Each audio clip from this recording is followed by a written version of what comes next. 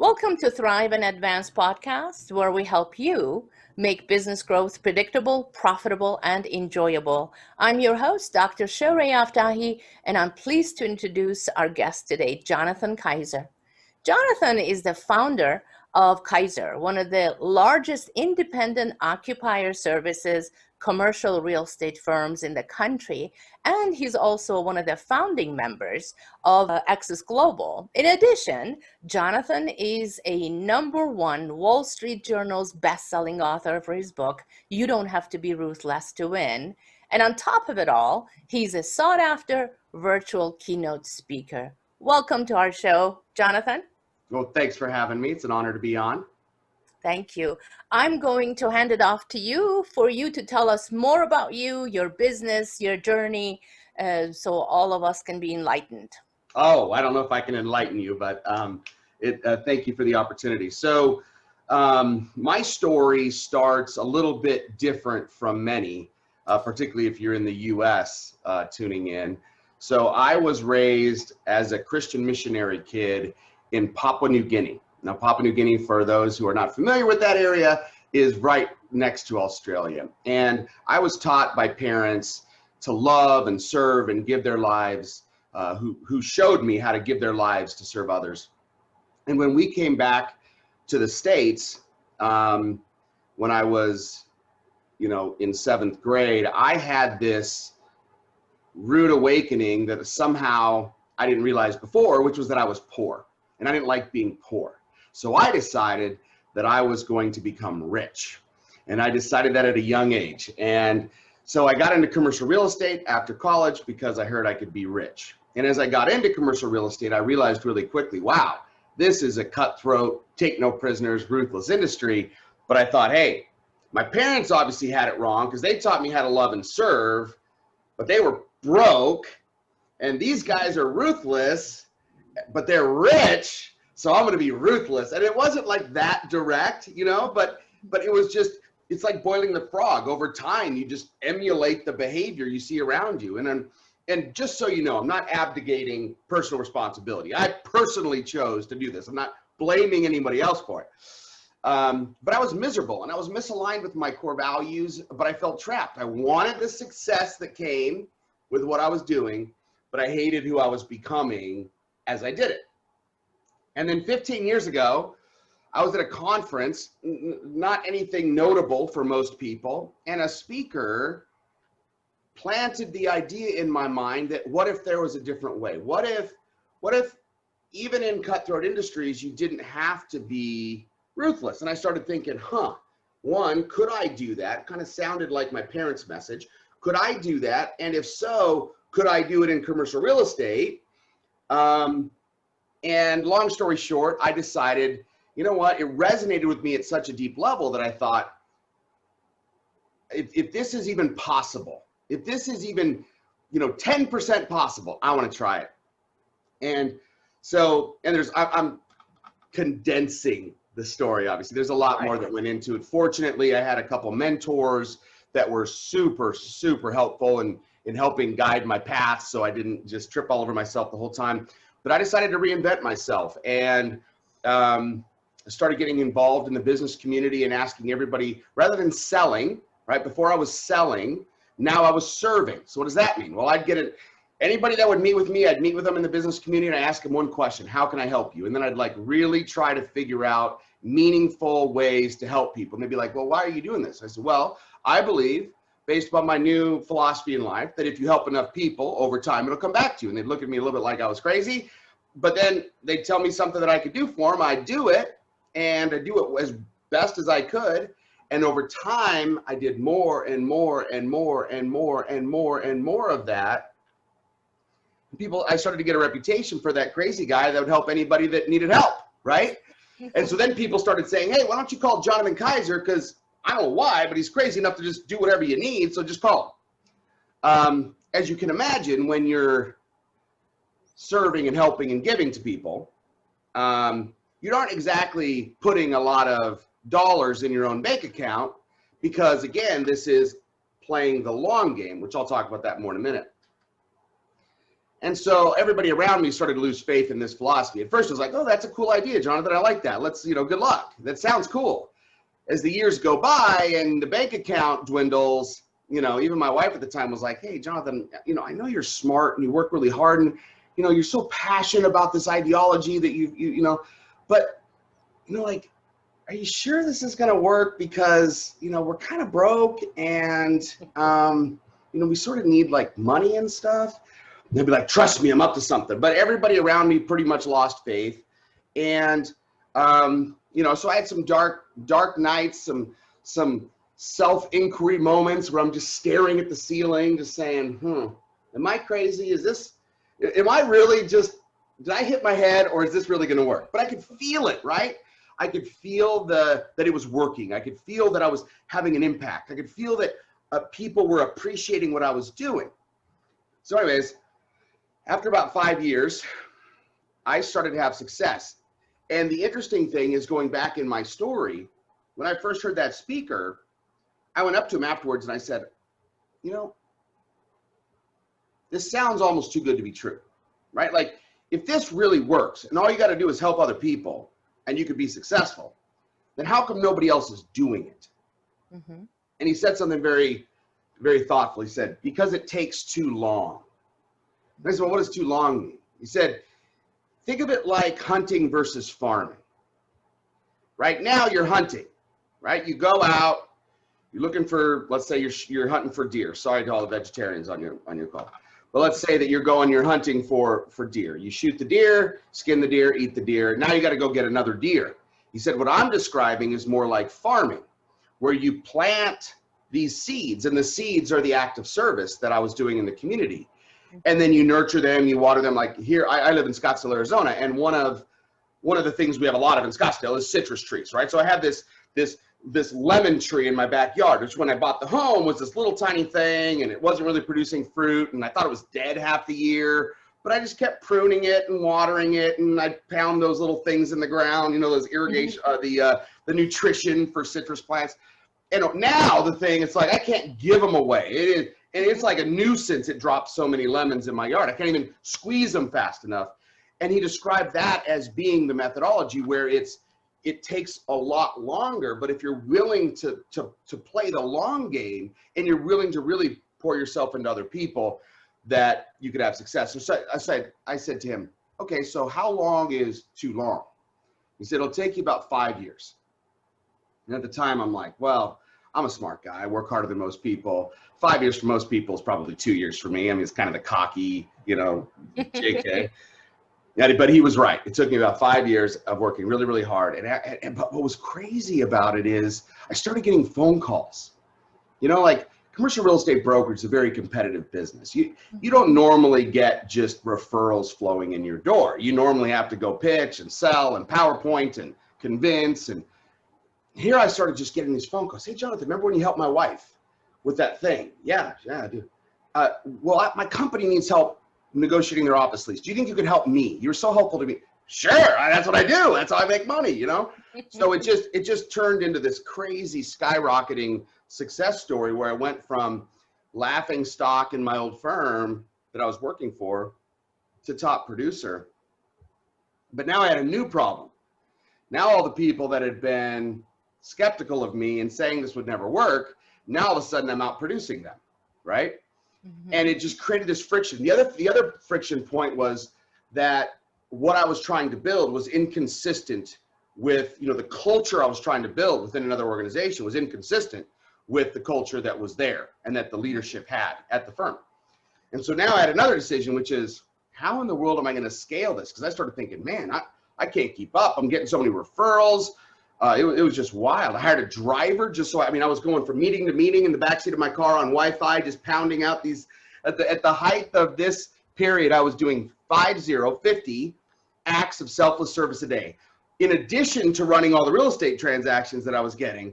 So it was a crazy time. And then I was getting more and more frustrated with this misalignment at my other firm. And so for those of you that are familiar with Arizona, we have this really special place called Sedona. Mm-hmm. And Sedona is a place where you go to have epiphanies and be quiet and think and listen and all that. So I went and had one of those moments where I was sitting in the spa early in the morning, sort of one of these idyllic situations where I'm sitting in the hot tub, snow is just gently coming down on my head, not hard, no wind. I'm staring at the beautiful landscape, and it just hits me. It's like, wow, Jonathan, you're thinking too small. And that was the thought in my head. And then I started arguing with myself, like, well, what do you mean you're thinking too small? It's like, well, what you stumbled across, you're so frustrated with how it's being scaled. It's because you stumbled across something that if you could teach other people how to do the same thing, what if you could actually build an entire firm with just people filled with that? Part of that was my coach had been planting these seeds in my mind, but my mind hadn't been open to it. And I thought, what if I could do that? And then I thought, wow, if I could do that, it would really take someone that knows how to grow a firm. Because in my mind, I'm like, I'm just a commercial real estate broker. I don't know anything about being an entrepreneur. And the argument in my mind came back and said, if not you, then who? And in that moment, I just had this kind of like one of those life slows down, and I had this epiphany where I saw that all of my crazy experiences, from being raised in Papua New Guinea and taught to love and serve, to going through this sort of trial by fire of reinventing myself and all the criticism involved with that. I still get the chills. Look at that. I get the chills to this day telling the story.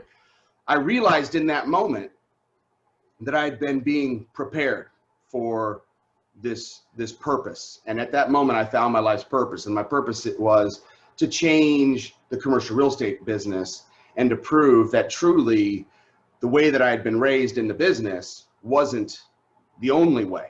Not that it wasn't a way. It certainly is a way. People have proven that for many, many years, but that there could be a different way. And then I started thinking even bigger, and I thought, wow, but there's a lot of, industries like commercial real estate that are cutthroat, that are savage, that are sales oriented. What if I could show them by being an example in commercial real estate and showing that if you could have success in commercial real estate, you could also have success in all these other myriad of industries that have similarities to mine.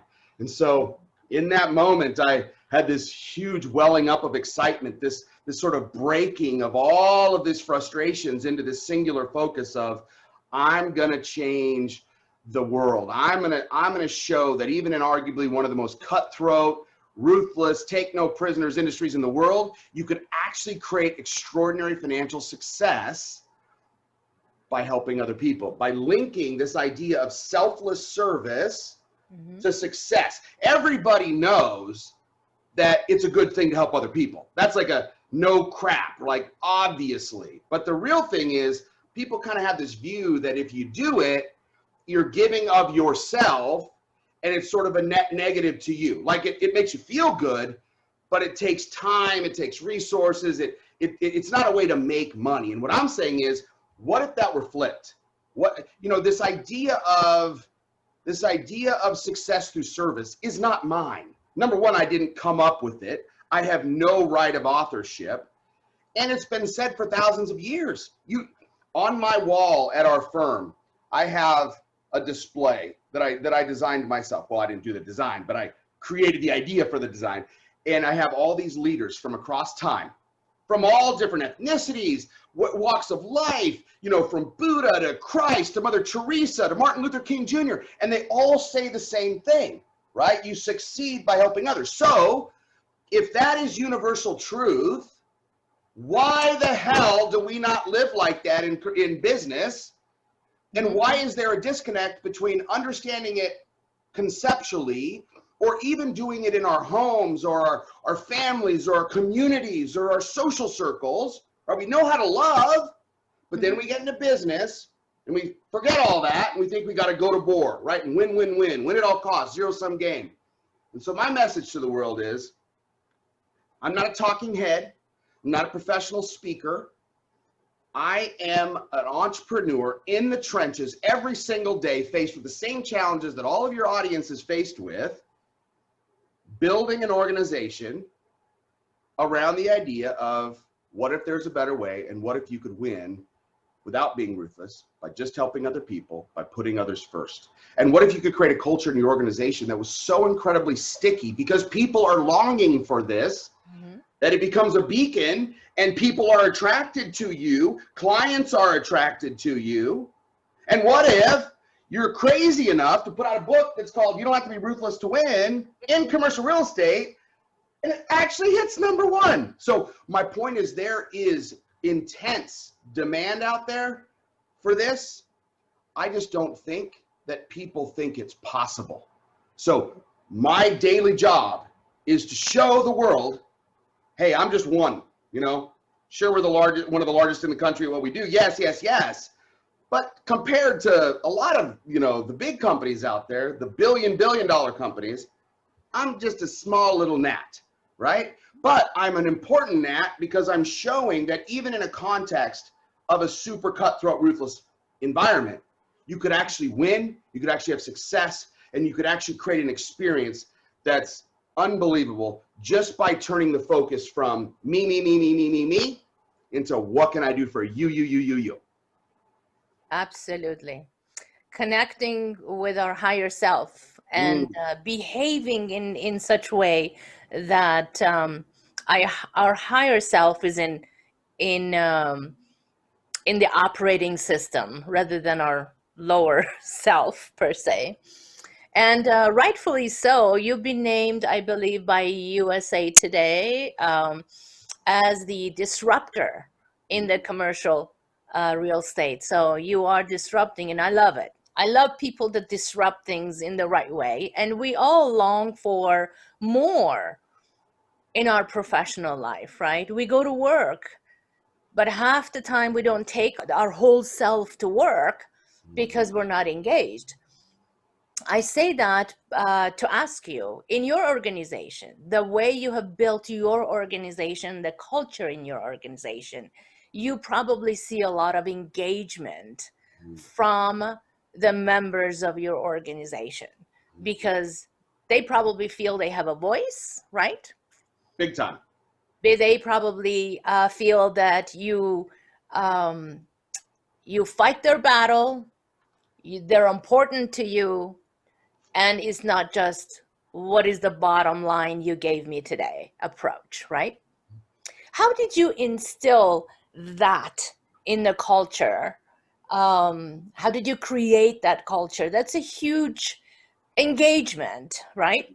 And high performance is a key factor in organizations, in business, right? It's now becoming a cliche. You see books and articles and speakers that talk about it. You've done it. So tell us, how has it worked for you? How did you instill that in your organization? It's a great question. And just to start with, I am not in any way, shape, or form indicating that I have all the answers by any stretch of the imagination. In fact, some days I still am like, what's the right thing to do? What's the right thing to do, right? So all the time, this is a work in progress. But here's what I'll say. Number one, when I was in that spa in Sedona, I grabbed my little pad, whatever it was at the time. It might have been an iPad, but it was something you can write on. I had the little pen that it was electronic. And I started writing down all the things that I hated about commercial real estate. I made a list, right? What are all the negatives? And then I thought, okay, what's a kind of utopian view? What's an idealistic, like, if I could just wave a magic wand and it would be perfect, what would that look like? I started writing down all the things that would be important to a culture that I thought would be incredible within commercial real estate, having learned so much of what was not incredible. And out of that, we created what we call our 15 core operating principles. And those 15 core operating principles dictate all of our behavior. Now, to answer your question directly, so you got to start with a framework that people can buy into that's clear. Ours are not like most people's. Most people's have very short, like integrity, teamwork, and all those are great. But the reality is most people don't buy that anyways. The leaders don't live them, and they don't really explain what the behaviors are. Ours are all on a line, like on a full page. They're 3 lines. Like, for example, our first principle is we serve our partners, clients, and each other fully, selflessly, and completely, and only involve ourselves in projects, activities, and conversations that can truly add value to another individual. We are known by one word, service, and we live the statement, it's not about me. So that's one, and we have 15 of those, right? And so everyone takes an oath to memorize them when they come on board. It's part of their engagement contract.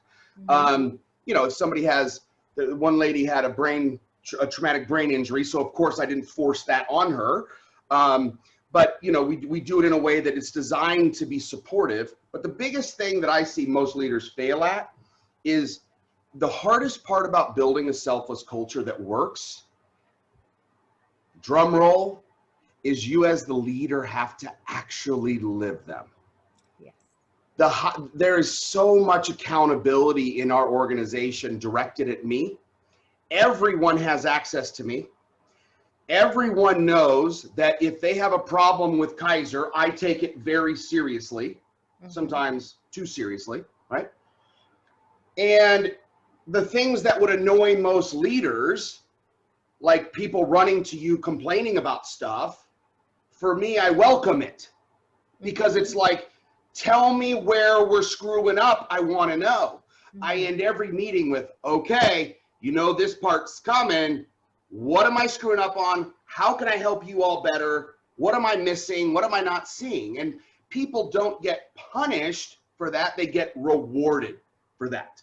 We have an award that's called the courage to disagree. So if I stand up there and say something and somebody goes, yes, and they go, I completely think what you just said is BS. Like, if they're doing it just to be antagonistic, I don't want that. But if they have good, valid points that the group can collectively go, yeah, that's a good point, JK. Boom, award, you know, like, thank you for bringing that to our attention. Now, it doesn't mean that you have to do everything that comes your way. You got to filter it through, you know, everybody has their own filters. So you got to be careful not just to be swinging all over the place, but you have to be willing to take criticism, take feedback, because what it means to me is that people care so much about our organization that they're willing to stand up for it. And we've created such a culture of safety that they don't have fear of coming to me or other leaders to say what they think is wrong. I've even had people come to me and say, Jonathan, if we don't fix this part of the organization, I'm not gonna stay. Like, that's a pretty cool thing, you know? So it takes that willingness. So that's kind of point number one, is you have to be coachable, you have to be authentic, you have to be willing to take criticism. On the other side, people are either, one of the biggest lessons I've learned is thinking I could rehabilitate people, right? Like, here I am, a rehabilitation story. If I could change, so can you. That's true to some extent, but here's where it's not true. I can't want it for someone else, correct, right? And so where I've learned a lot of lessons is in trying to help other people see the value of selfless service when they didn't want to do it, right? Where they may talk a big game, but they don't want to live it. So much of how you create and keep a culture is making sure that you are only bringing on board people that are aligned with that culture, that are willing to live that culture. And you as the leader, which this is my biggest challenge, this is my biggest deficiency as a leader, is I love everyone so much and I see the good in everyone so much that it's really hard for me when I have to part ways with somebody, because I want to just give them one more chance. And if you try just a little bit harder, and I know your heart is good, but when you have somebody that turns out to be poison, you as a leader have to be willing to part ways. And every time I've done it, I mean, it's not that I don't do it, I just do it sometimes way too slow because I care so much, but that creates a little poison in the organization, you know? And if you let that last too long, people start thinking, well, is Jonathan really serious about this culture, or does he just say it? And so you have to be willing when it becomes, you know, because I'm in an industry where I have producers. Producers bring revenue in the door. So if that producer bringing revenue in the door is behaving in ways that are in contrast to our culture, and I allow it for an extended period of time, just my lack of action around that suggests to the organization that I'm a fraud, that I'm not legitimately serious about it. Right. So that's the other hard part, is when the rubber meets the road. And even if you have great filters to get people in the organization that are aligned, once they're in, if you determine they're not, the faster you get those folks out, the more legitimate. And again, like I said, I'm just being vulnerable with you. That's the hardest part. I've had people come to me and say, Jonathan, even recently, come to me and say, Jonathan, you've known about this problem with person X for a long time, and I haven't seen you do anything about it. I'm like, I'm working on it. And they're like, no, dude. It's causing too much chaos in the organization by you slow playing this. Mm-hmm. They're either going to decide to change or not.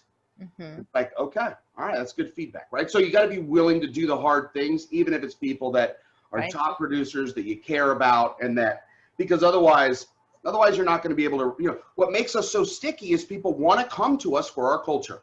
And so, but you have to have, you're going to have diversity of ideology, diversity of personality, diversity of style, in addition to all the other diversity we look for, right? And so you got to be careful that you're not just saying, I want everybody to look like me from a personality standpoint or from how I deal with things, because everybody's going to deal with things differently.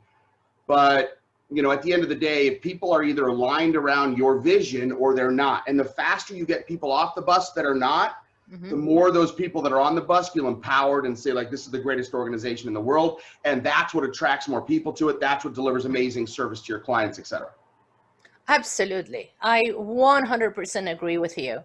I have parted ways with producers that produced more than a team because it was poisoning the team. And, doing that actually excited the team that they upped their game. So energized them, right? Exactly. So that's so true. Money is not the single focus, right?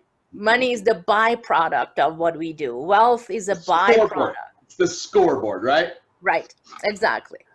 But we measure things with how much money we're making, but that's focus on just money is not going to make it happen if we're trying to grow.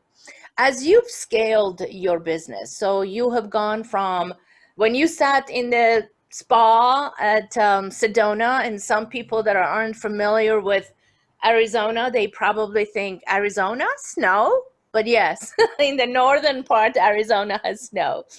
So that's where you conceptually planned your business, right? You separated with the organization you were with and you started Kaiser. Yep. Okay. So tell us about scaling from a business perspective. What was the formula that you used that you went from that point to being one of the largest commercial real estate organizations in the country? Yeah. So, one, I just want to clarify, we're one of the largest independent commercial real estate. There's some monsters out there.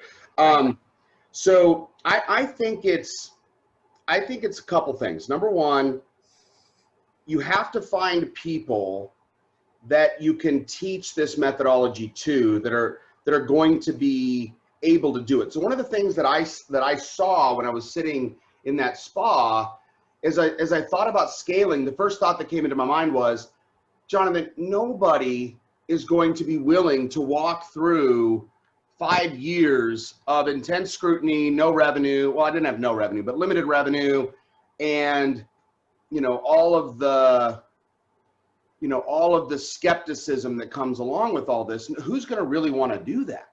Mm-hmm. And so in that thought, I was like, okay, well, that's kind of what I have to solve for. That's the question. And what hit me was just give everything away again. So what I did is all of the relationships that I've invested in, all of the clients that I've invested in, I brought an initial team of unbelievable founders together, right? Mm-hmm. Darius Green, Clint Hardison, Blake Hardison, like these people, Ian Davey, these people are in unbelievable people, right? Very coachable, very talented. And I said, here's all of my contacts. Here's all of my business. Mm-hmm. Let me fast track your success. And then, not that I'm taking credit for it because they did the work, right? But it enabled them to scale much faster. which gave other people kind of this, whoa, what's going on at Kaiser? So that was kind of point number one, is I had to give everything away again within my organization. Second, I had to be very clear about who we were and what we were not. Mm-hmm. Because otherwise, you know, most people, when they start a company, they want to try to sound like everybody else, right? Like if I'm a brand new in commercial real estate, I probably want to try to sound like CBRE or Cushman & Wakefield, all these big, no, I wanted the polar opposite, right? And so, but I had to be bold enough and crazy enough, it's probably more crazy, to actually share that message with the world. So I remember this like it was yesterday. We launched in January of 2013. And I was sitting there in the first couple weeks looking, because we hadn't launched our new website yet. Mm-hmm.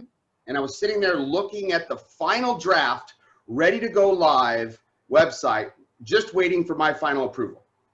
And as I was about to hit approved, send, this thought came to me, and it was like, hey, everybody in the world is going to see this, including all of these big competitors. You might want to read every word of this website one more time just to make sure that you know exactly the message you're saying to the world. And I read it all. I read all the why Kaisers of all the people, and I actually got emotional in it because the passion with which we were launching into the world. And at the end of my review of every word on the website proposed, the thought that came to my head was, people are going to laugh their asses off in the commercial real estate industry when they see this website. They are going to mock, they are going to think you are insane, right? That was the thought in my head. That was like the you know, the red flag, may not be a good idea on this side, right? And right in that moment, I just had this other thought hit me harder, which was good. Because that's who we are. Send, right? It's like, so you have to be willing to be bold and put it out there where you're going. What most people are missing in life is a lack of mission. Nobody has a mission anymore, right? It's like, well, what do you do? And people are like, well, I have this job and it's okay. And talk to Kaiser people and they'll be like, let me tell you what we're up to, because it's cool, right? It's badass. Right. So you have to be willing to put out there a bold vision that can excite people. You know, part of why I wrote the book, you know, I didn't write the book because I wanted to be an author. And anybody who's considering being an author, think twice, because it is a huge pain in the tuchus. But what I will say is I wrote this at the prompting of my coach so that I could share it with people that were either recruits or that were potential clients, because I wanted them to be very clear about what we were and where we were going and what we weren't, because I didn't want to bring people on board, and I couldn't have a, you know, probably takes 10 hours to read my book, maybe less. Mm-hmm. I didn't want to have a 10-hour conversation with every single person to make sure that they were a fit. I wanted to give them something that would share the vision. So, you know, I had to put it out there is my point. I had to put out this bold, clear vision. And what it did is it became a separator, a sorter of sorts, right? It almost like a magnet, right? You turn the magnet around and it repels. Mm-hmm. So it repelled the people that thought I was crazy, but that was a good thing because those aren't the right fit. But it attracts the people that are the right thing, right? So, but most people are too timid or too afraid to put themselves out there as boldly as I did, and as a result, they don't experience the success that we had. Now, part of putting it goes back to accountability. Part of putting it out there is you got to be willing to live it. You know, and I got plenty of people that still think I'm a complete fraud and I'm full of crap. And I respect that, right? My message sounds crazy. I get it, right? And until people really get to know me in my heart, and some people that maybe they even do still don't believe it. And that's okay, right? It's like, you can't be afraid of the haters. You just have to live your truth. And my truth is that as imperfect and, you know, faulty as I am, there's one thing that is true, and that is that I love people. I love people dearly, right? If you were going to say one word about our company, Kaiser is love. Kaiser is love. If you're going to say one thing about my family, Kaiser is love. We may be a pain in the ass. We may do the, you know, screw up, but we're love, right? And so you have to be willing to come from that place to enable people to want to join you. Let's talk about functional areas. Love the purpose. Without purpose, we're nowhere. Yep. Without that mission, we're nowhere. But when you get into the nitty gritty of the business, there are some functional areas you have to be aware. You have already alluded to some of that. So let's talk about mastering the art of leadership, right? Leadership, effective leadership is when you can be transformational, right? With purpose, with mission, bringing people along, exciting, engaging people. At the same time, you have to be transactional.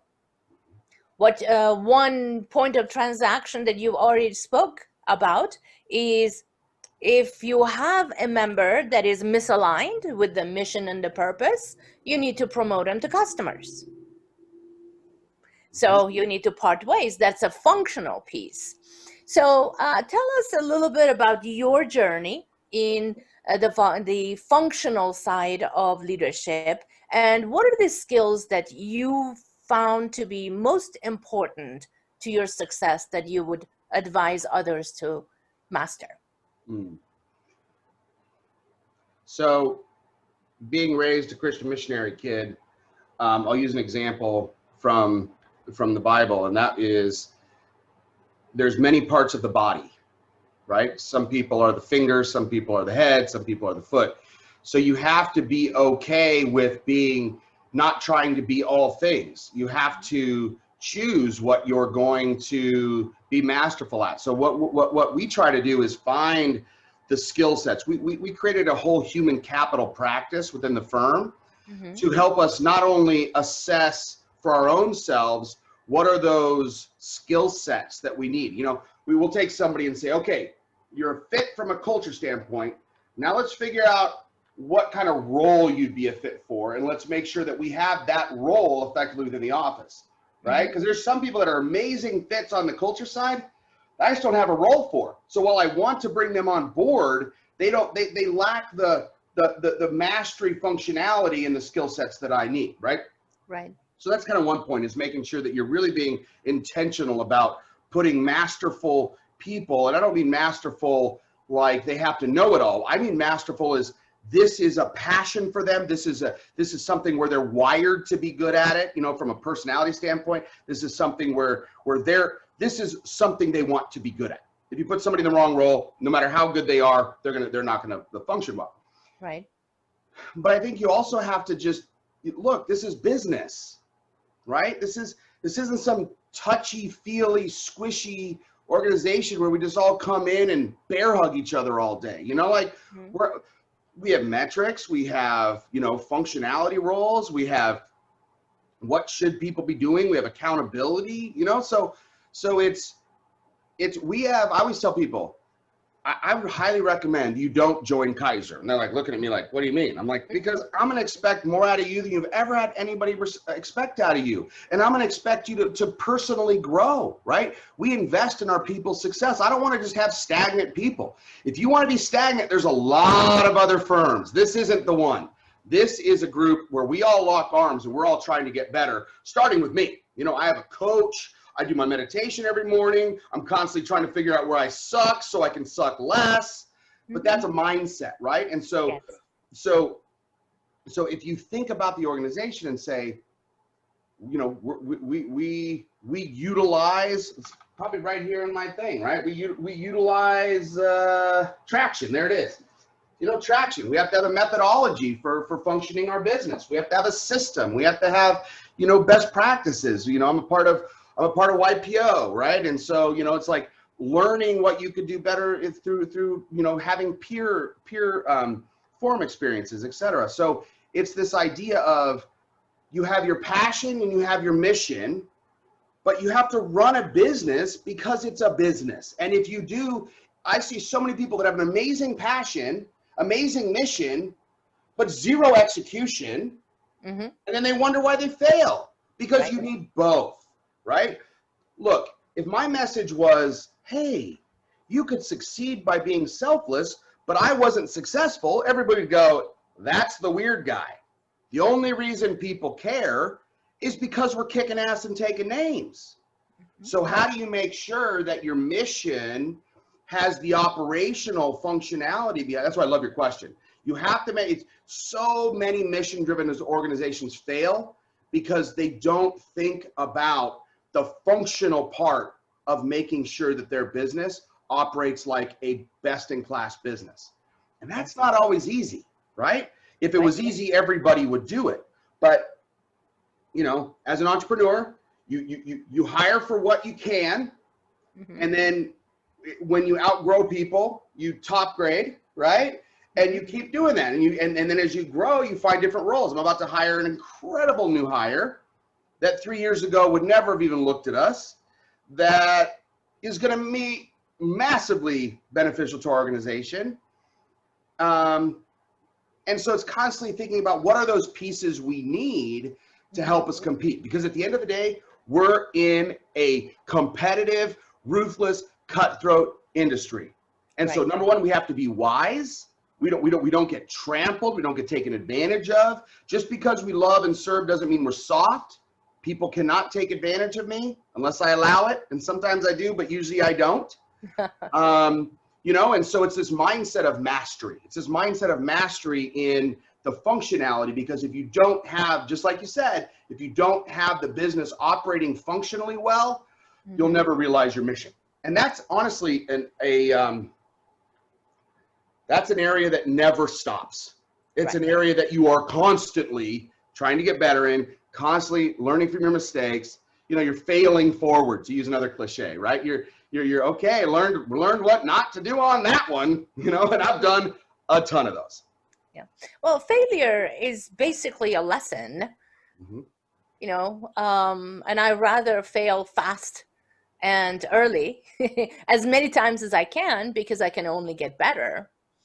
And what you said is very profound.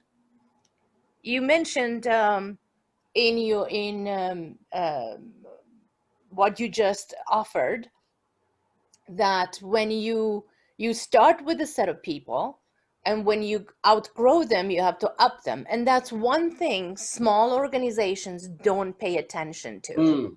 The organization as a startup that you start are at certain level, and as the business gets more complex, and complexity comes with additional people, we have to understand now. I was a stage 1 company.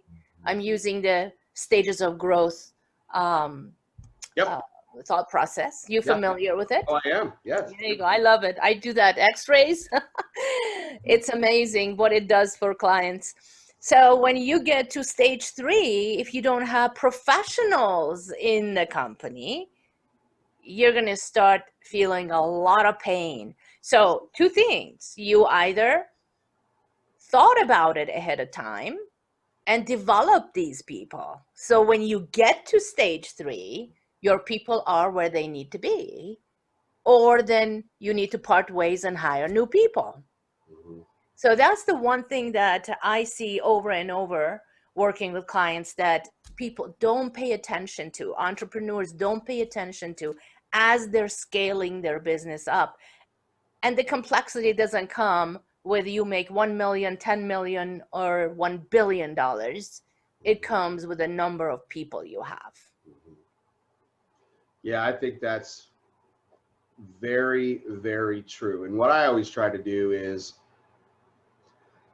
I always try to see, is there a new role that's been created where the individual, if they're humble and willing just to, you know, if they want to stay with the organization, but the role has outgrown them, is it something where we can realign them? And fortunately, we haven't had to do too much of this. Sometimes it just happens for you and you get the opportunity to do that. But that is certainly something that as you scale, you just have to. Otherwise, what happened yesterday will be what happens in the future. And if you're growing, that's not acceptable. Absolutely. Jonathan, your message is so close to my heart. And your philosophy I believe in, and I applaud you. And I know if we continue, I probably have hours and hours of conversation I can have with you. Out of respect for your time and the audience, I'd like to ask you, one last question. If you could go back in time, what are the systems that you would have instilled in the company, included in your company sooner than later? So hindsight, Mhm. what would you have included in the business sooner?